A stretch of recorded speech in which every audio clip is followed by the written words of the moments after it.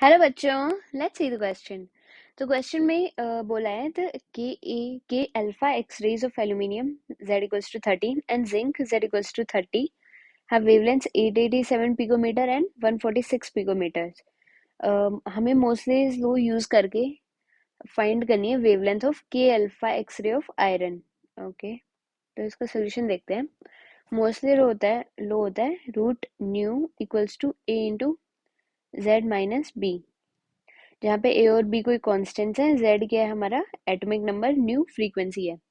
हमें wavelength given है तो हम फ्रीक्वेंसी निकाल सकते हैं। तो फ्रीक्वेंसी ऑफ एल्यूमिनियम हो जाएगी सी अपॉन लैम्डा।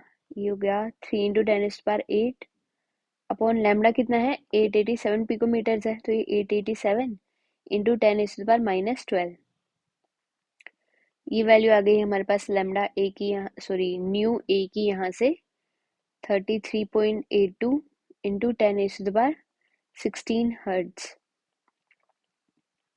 अब हम जिंक की फ्रीक्वेंसी निकालते हैं, तो न्यू जेड एन हो जाएगी, ये हो जाएगी सी upon lambda.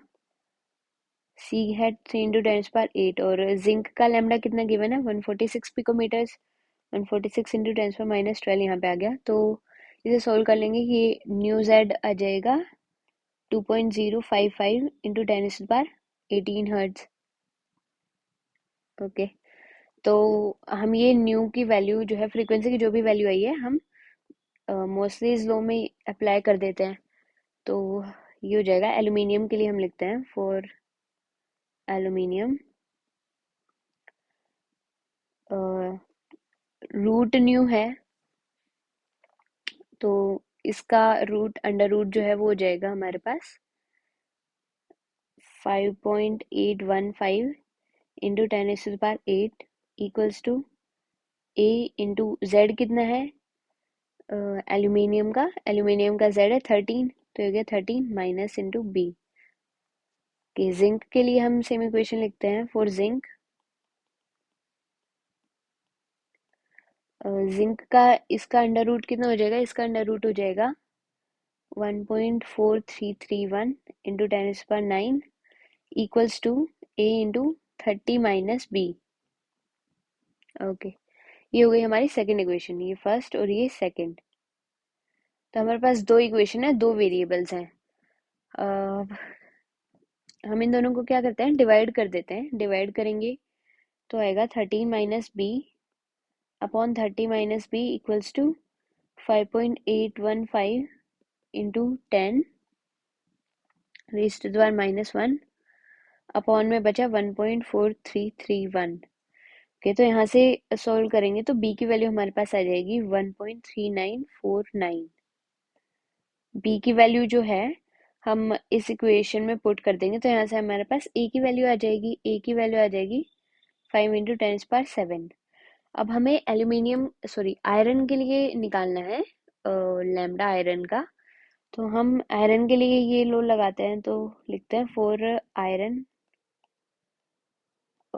Root v root new sorry equals to a की वैल्यू ये है 5 इंटू 10⁻7 और उसका z है 26, तो 26 माइनस बी। बी की वैल्यू है 1.3949। तो यहाँ से ये वैल्यू आएगी हमारे पास 123.05 इंटू 10⁻7। ओके, ये तो वैल्यू आई है रूट न्यू की, मतलब फ्रीक्वेंसी के रूट की।